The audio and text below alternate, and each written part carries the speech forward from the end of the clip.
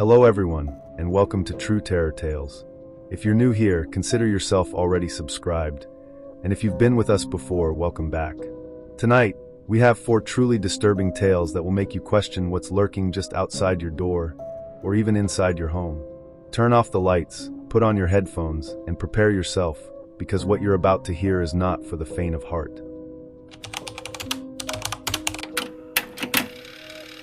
I used to work as a live-in nanny for a family in upstate New York. It was one of those well-paying jobs that felt too good to be true at first. The house was huge, modern, and surrounded by woods, and the parents were almost always away on business trips. My main responsibility was looking after their 6-year-old son, Ethan. He was a quiet kid, not much into talking, but he was polite and never caused trouble. It was a bit odd how he never called his dad, just him, or sometimes the man. I chalked it up to some family quirk, maybe a strained relationship, or something I wasn't supposed to ask about. One rainy afternoon, while Ethan was napping, I decided to clean out the massive pile of toys in his room. The kid had so many stuffed animals, most still with tags, barely touched. While organizing them, I picked up a floppy brown bear that looked a bit older than the rest. It had a small tear on the side, so I figured I'd fix it up later. But when I squeezed it, I felt something inside, something stiff. I got a little curious, so I gently opened the seam a bit more and found a folded piece of lined notebook paper stuffed deep in the lining. The handwriting was unmistakably a child's, messy and shaky. What it said made my stomach drop. He's pretending to be my dad. I just sat there for a minute, staring at the note like it was burning a hole through my hand. My first instinct was to believe it was just some silly game or story Ethan made up, maybe something he saw on TV. But the way it was hidden, deep inside the lining of a stuffed animal, like he didn't want anyone to find it, made my skin crawl. I looked over at Ethan, still asleep, completely unaware of what I'd just read. I didn't know what to do. Do I ask him about it? Do I tell the parents? But the thought hit me like a wave. What if the man I've been seeing around the house isn't actually his dad? That night, I couldn't sleep. Every little sound in the house felt amplified. I kept thinking about all the weird little things I'd brushed off since I started working there. How the dad never really talked about Ethan like a father would. How Ethan never seemed excited when he came home. And the weirdest part, how I'd never actually seen any family photos in the house. There were frames, sure, but most of them had generic stock images or pictures of landscapes. No baby pictures, no wedding photos, nothing that made it feel like a real family lived there. I started to realize I didn't know anything about the man who came and went from this house. And now, I wasn't sure I wanted to. The next morning I tried to act normal, but I couldn't stop watching him, the man. He made pancakes like he always did on Sundays, humming a song I couldn't place. Ethan sat at the table in silence, eyes fixed on his plate, barely eating. At one point, the man ruffled Ethan's hair and said something like, "My little guy's not feeling talkative today?" Ethan just flinched. It wasn't obvious, but I noticed. That tiny reaction sent a chill through me. I decided to press a little, casually asking Ethan later, while we were coloring, if he wanted to tell me anything about the note. He froze, didn't speak, just stared down at his drawing, and shook his head slowly. That silence said more than anything he could have told me. Later that day, while the man was supposedly in his office working, I went snooping, something I've never done before.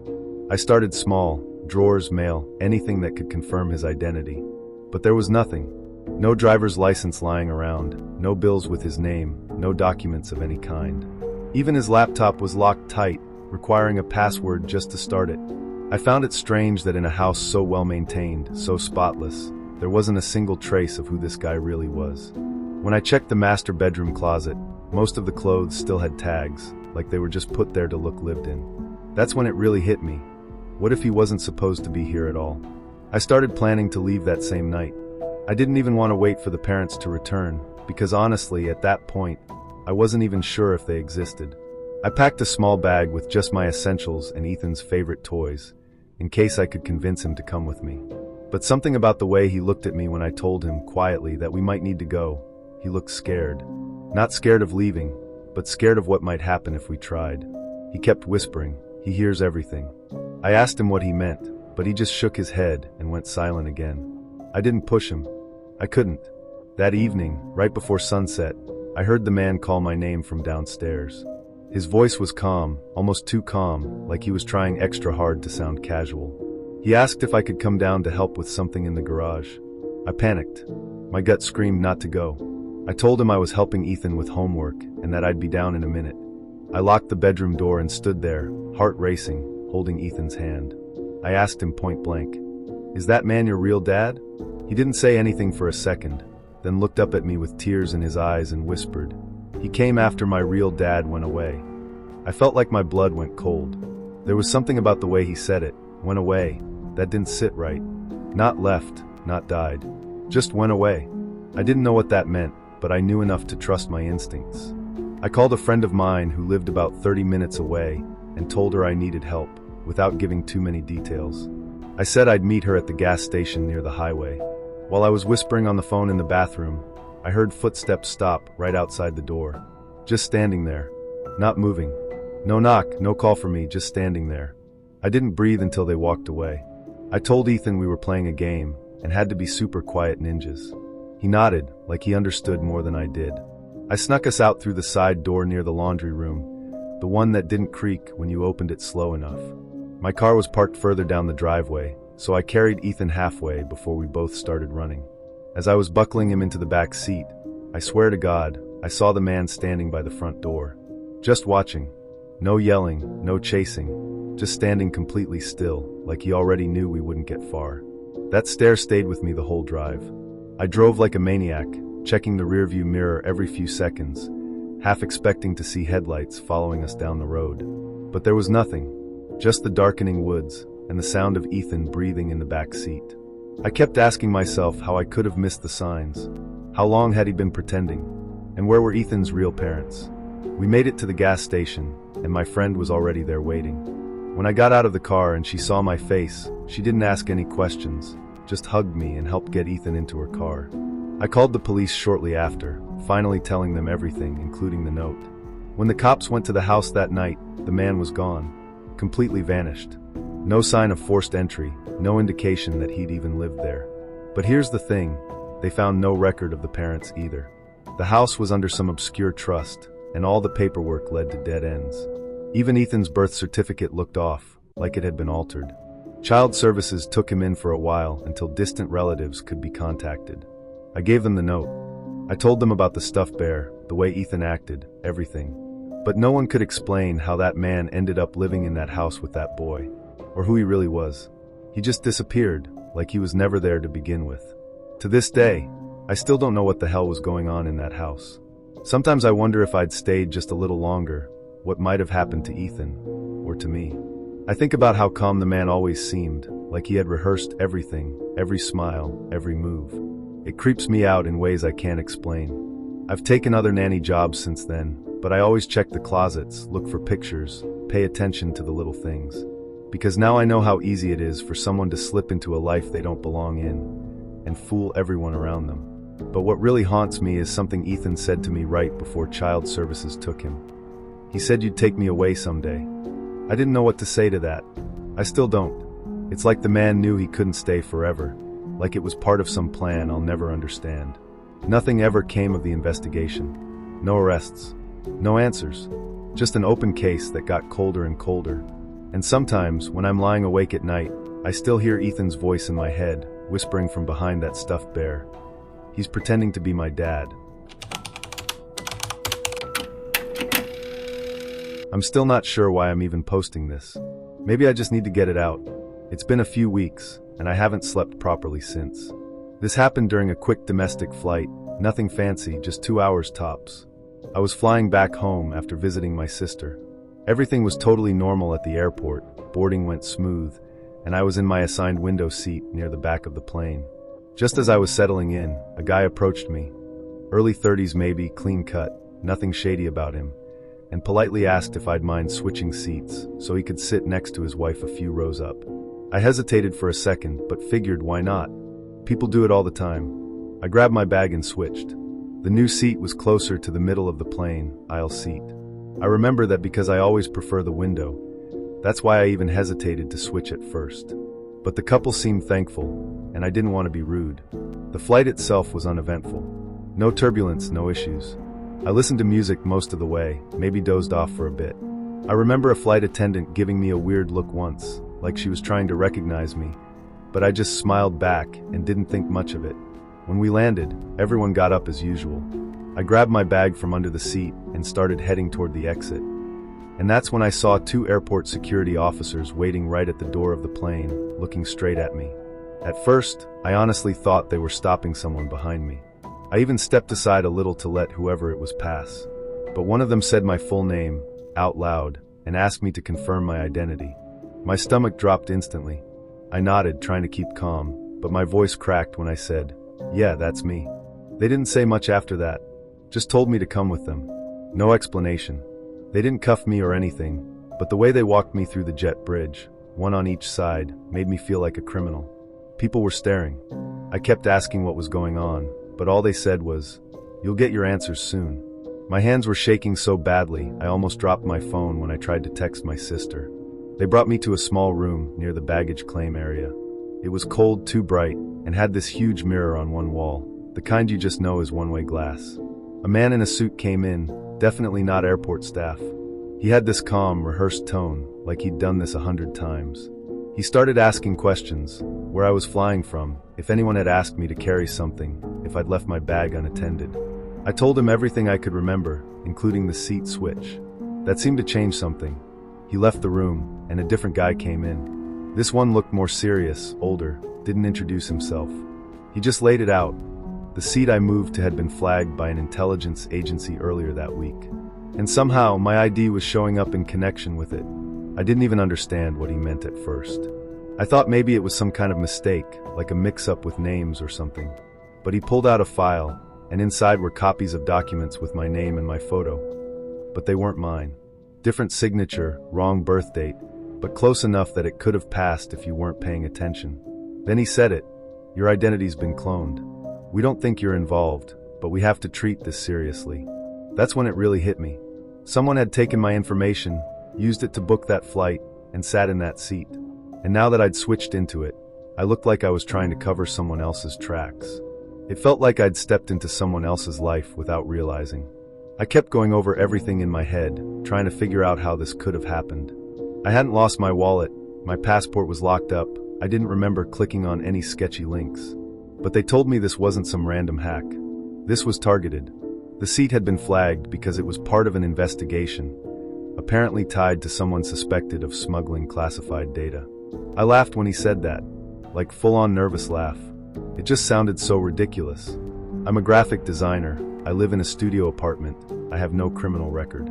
I asked if they could just check the cameras from boarding, prove I was sitting somewhere else originally. But that's when it got worse. The boarding log showed me assigned to the seat I switched to. That part really messed with my head. I had the boarding pass on my phone. It clearly showed the original window seat number, not the one I switched to. I showed it to them, hoping that would clear things up, but they barely looked at it. One of the agents said something about the system being tampered with or spoofed. I can't remember the exact word, but the idea was that somehow the records had been altered, as if someone wanted me in that flagged seat from the beginning. I asked if they had footage of the guy who asked me to switch, thinking maybe he was the one they should be looking for. But they told me, and I swear, I still can't believe this, that no one matching that description showed up on the boarding cameras. Not a single frame of him. It was like he never existed. That's when I stopped feeling like this was just some insane misunderstanding. Something was really wrong. I could still picture the guy perfectly. Average build, dark jeans, white button-up shirt, a wedding ring. He spoke clearly, didn't seem nervous, nothing off. But the agents were now questioning if I had imagined him, like I'd made it up to cover my own tracks. That hit me harder than anything. I didn't even have a way to prove that I had switched seats. There was no witness, no camera catching the moment, nothing. I started crying out of pure frustration. It's one thing to be falsely accused, but it's something else entirely when the facts themselves seem to be rewritten around you. Like reality is shifting just enough to trap you in it. They held me there for hours. I wasn't arrested, but I wasn't free to go either. I had to surrender my phone, and they kept asking the same questions over and over like they were waiting for me to slip up. At some point, they brought in a woman from some federal agency. She didn't give a badge, just a name I don't even remember now. She was calmer, more patient, but even she looked at me like I was hiding something. She asked about every detail of my trip. What time I left my sister's place, how I got to the airport, who I talked to in line. It was exhausting. I started second-guessing everything I said, afraid they'd find some contradiction and use it against me. I was just a regular person caught in something way over my head. Eventually, they told me I could leave, but they kept my phone for further examination and said someone would be in touch. That was it. No apology, no explanation. I walked out of that room dazed, with this awful feeling that none of it was actually over. My sister picked me up outside. I hadn't been able to contact her all day. She freaked out when she saw me. I looked like hell. I didn't even know how to explain it to her. I got flagged by an intelligence agency because I switched seats on a plane. Sounds like some paranoid fantasy. And the worst part is, even now, I don't have answers. No one's followed up. My phone was mailed back to me a week later, completely wiped. Since that day, I've been paranoid as hell. I check over my shoulder constantly, I barely sleep, and every time I see an unknown number call, my stomach turns. I went to the police in my city just to have something on record, but they didn't know what to do with it. They said if federal agencies were involved, it was out of their hands. I tried contacting the airline too, asking for footage or records, and they told me everything had to go through official channels. It's like I'm stuck in this weird limbo. I was part of something serious enough to get detained, interrogated, and have my identity questioned, but not serious enough for anyone to tell me what the hell actually happened. I feel like I stepped into someone else's life for a few hours, and when I stepped out, I brought part of it with me. The scariest thing is that nothing happened after. No one ever contacted me again. No follow-up, no warning, no closure. Just silence. It's like whatever they were watching for, whatever they expected, either didn't happen or moved on. And I've had to sit with that every day since, not knowing what it was all about or if it'll come back. People say, you're lucky it wasn't worse. And yeah, maybe that's true. But I don't feel lucky. I feel marked. Like I brushed up against something way bigger than I was ever supposed to see. And the worst part is, I was just trying to be polite. I work as a freelance data analyst, mostly for small businesses that can't afford big agencies. I've been working from home for about 3 years now, and my routine is pretty solid. Wake up, coffee, spreadsheets, lunch, more spreadsheets, done by early evening. I don't use anything fancy, just Google Sheets, some local backups, and a few basic macros. It's a quiet job, and honestly I like it that way. But something weird started happening about 2 weeks ago that I still can't make sense of. It began small, just a formula that didn't look quite right. I chalked it up to being tired, or maybe clicking something by accident. No big deal. But then, I started noticing entire rows of data being shifted, numbers I know I didn't input, and weird little notes showing up in comment boxes like check this again, or this isn't finished. The thing is, I don't leave comments like that for myself, and I work completely alone. At first, I thought maybe one of my clients was accessing the file somehow, but I double-checked the share settings. Nobody else had access. It was only me.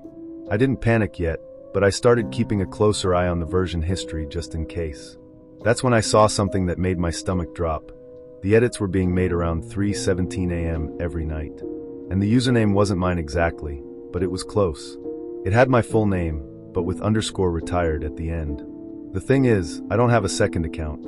I never made anything with that name. I even tried to reset the password just to see if maybe I had forgotten about it or set it up years ago, but Google said that account didn't exist. I screenshotted the activity log and the edits for proof, just in case, and started locking down everything. Changed passwords, enabled two-factor authentication, ran malware scans, even disconnected my backup drive. I thought that would be the end of it, but the very next night, at exactly 3:17 a.m. again, the edits came back. Same username. This time, it deleted an entire sheet I was working on. Gone. Just like that. At that point, I was officially freaked out. I live alone in a small apartment. It's quiet, secure, nothing fancy. I don't even think my neighbors know what I do for a living. I started leaving my laptop shut and physically turned off at night, hoping that would stop whatever was happening. But the morning after, the file had been opened anyway. The spreadsheet was modified again, except now, the changes weren't just numbers or rows. A new tab had been added. It was labeled Old Work. Inside were dozens of entries that I never created. Old data, from jobs I barely remembered, with client names I hadn't worked with in years. It was like someone was going through my past projects and reorganizing them. I sat there just staring at that new tab for a long time. It felt invasive in a way I can't fully explain, like someone had crawled into my head and started digging around in memories I hadn't touched in years. There was even a file from 2019 that I specifically remember deleting when I switched laptops. I'm not exaggerating, I wiped that drive clean before tossing it, and yet there it was. Not just the file, but it had been edited, cleaned up, polished even, like someone was trying to improve my old work. I started wondering if this was some bizarre glitch, or maybe a sync error with old cloud backups, but that didn't explain the username, or the fact that the timestamps were always the same, 3:17 a.m. Like clockwork. That night, I couldn't sleep. I left my laptop unplugged, closed, and inside my locked desk drawer. I even turned off my Wi-Fi. There was no logical way for anything to connect. Still, when I opened the file the next morning, same deal. New changes. This time, there was a message in a comment bubble. Just 2 words, keep going. That completely broke me. I felt this deep, cold fear in my chest. It wasn't just creepy, it felt intentional. Like whoever was doing this wasn't just messing around. They knew me. They knew my work. And they were watching. I tried reaching out to Google support, explained everything, activity logs, suspicious username, the consistent timestamps. They gave me the usual canned responses. Clear cache, reset password, check your devices, etc. One support agent even suggested it was probably an old synced account or an automation issue. But that doesn't make sense. There were things being added that no bot could possibly know. Client nicknames, internal notes I scribbled in my own shorthand, things I never saved in any cloud. I even ran a keylogger scan, checked for remote access tools. Nothing. No trace. No breach. But the edits kept happening, always at 3:17 a.m., always from that same _retired version of me. By this point, I started obsessing over the time, 3:17. I set an alarm and forced myself to stay awake one night, determined to catch whatever was happening in real time. I sat in my living room, laptop on the coffee table, screen recording software running, and just waited. Everything was normal until 3:17 hit. I swear on my life, the screen lit up by itself. The file opened without a single click from me. And then I saw it, the cursor moving. Fast, efficient, like someone who had done this 1,000 times. I didn't touch a thing. I just watched frozen as they went into the same file, added another tab, titled it Final Steps, and began inputting data, rows and rows of numbers I couldn't recognize. I was shaking, not just out of fear, but because it felt like I wasn't in control of my own space anymore. This wasn't just about a hacked account, it felt personal.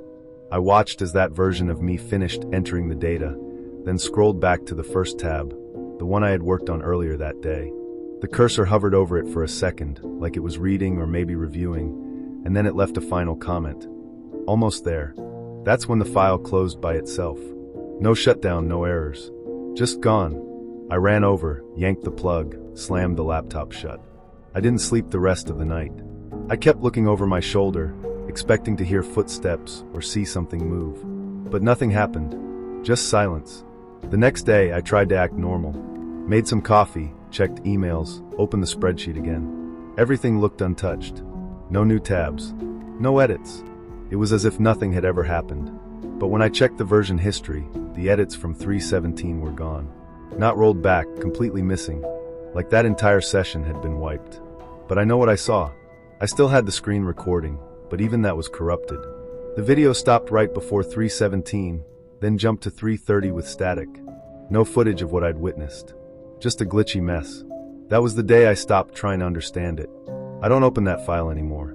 I don't work after sunset, and I never stay up past 3 a.m. if I can help it. It's been about a month since the last edit. I haven't seen any more strange activity. No mystery tabs, no ghost comments, no weird logins. Everything's quiet now, but I can't shake the feeling that it's not really over. Sometimes when I'm working late and the room gets too quiet, I feel like someone's behind me. Not watching, exactly just waiting. I moved most of my files offline, started using local-only software, even considered quitting freelancing altogether. It's not like I can tell a client, sorry, I'm being haunted by my own username. I don't talk about it with friends either. How do you explain something like that without sounding completely unhinged? To this day, I still don't know what the hell happened. No logical explanation fits. There's no account with that name, no trace of external access, and no evidence left behind. It was like a version of me that shouldn't exist decided to show up, do some cleanup, and vanish. And the worst part, I kind of miss it. Not in a comforting way, but in a way that makes me wonder. Was it trying to finish something I left undone? Was it a warning? A message? I don't know. All I know is every night at 3:17, I wake up without meaning to. I never check the laptop. I just lie there, staring at the ceiling, hoping that if it comes back, it doesn't decide I'm the one who's retired next. I'm not the type of person who believes in haunted houses or cursed objects. I'm not even into that kind of stuff. But what happened to me and my family last fall still keeps me up at night, and the worst part is, I don't have a way to explain it that makes any real sense. We had just moved into a house in upstate New York, one of those older colonial-style places with a big yard and way too much space for what we actually needed. My wife loved the charm. I liked the deal we got. The inspection didn't show anything weird, just the usual creaky floors, old wiring, and some dampness in the basement. We figured we'd fix it up over time. About a month after we moved in, I decided to tackle the basement. It was mostly empty, just some broken shelving and old paint cans left behind. One of the walls, though, didn't sit right with me. It was made of newer plywood, unlike the rest of the foundation. And when I tapped on it, it sounded hollow. I thought maybe it was covering up an old utility area, or something the previous owners didn't bother to remove. Curiosity got the better of me, so one Saturday morning, I grabbed a crowbar and started peeling it back. Behind the plywood was a narrow doorway, like someone had crudely cut it out of the foundation. No frame, no handle, just a rectangular hole leading into darkness.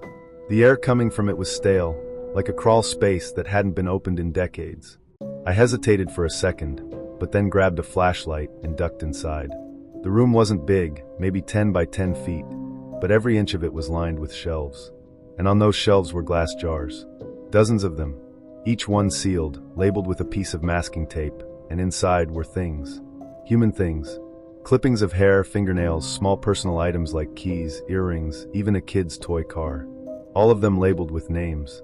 At first, I assumed it was some kind of weird craft or storage thing. Maybe the last owner was a collector, or just plain strange.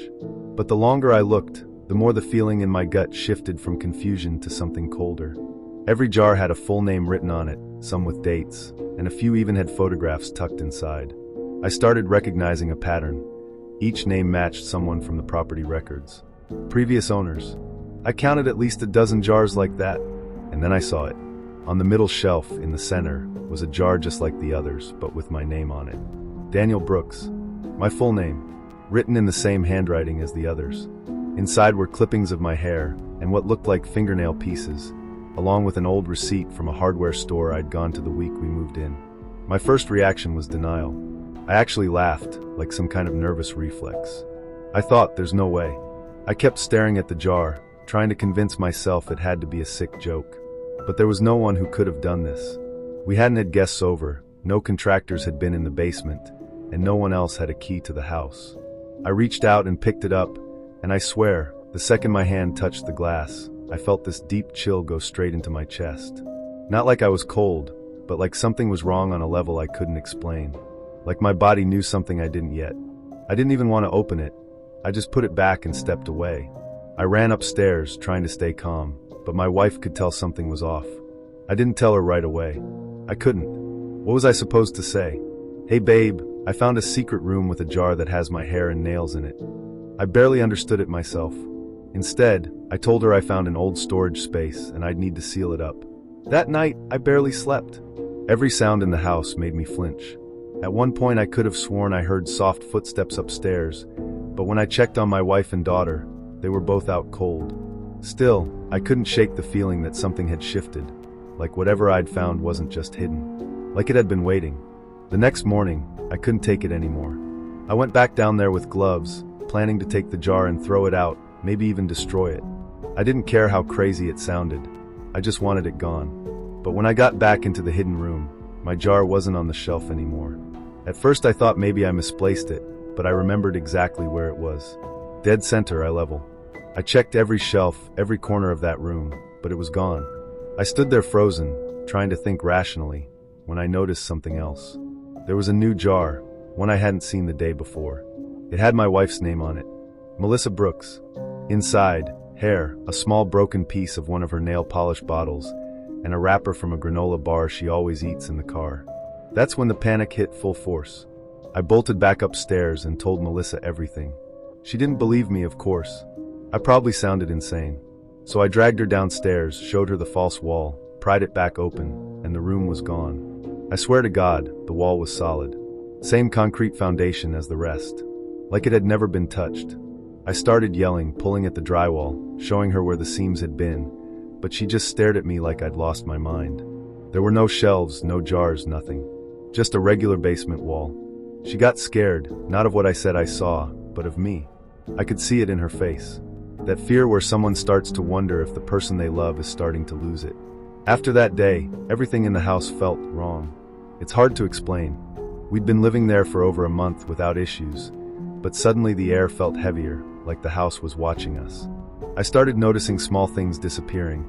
Nothing major at first, just stuff like my car keys, a sock, my daughter's hairbrush. But later I'd find some of those things in weird places, like behind furniture or under the kitchen sink. Once, I found my toothbrush on top of the fridge. None of it made sense. I started locking the basement door at night, even putting a chair in front of it. Melissa thought I was being paranoid, and honestly, maybe I was. But I couldn't ignore the way my daughter started waking up crying almost every night, saying someone was standing in her room. The worst night was about a week after the jar disappeared. I woke up around 3 a.m. to a noise downstairs, kind of like glass clinking. Very soft, but rhythmic, almost like someone was gently tapping jars together. Melissa was still asleep beside me, so I got up and went to check. As I crept down the stairs, the sound stopped. I turned the corner into the kitchen and found the basement door wide open. I know I locked it. I know I did. I just stood there for a second, staring into that dark stairwell, and that same cold feeling from before came rushing back. I don't even remember walking down. It was like my body moved on its own.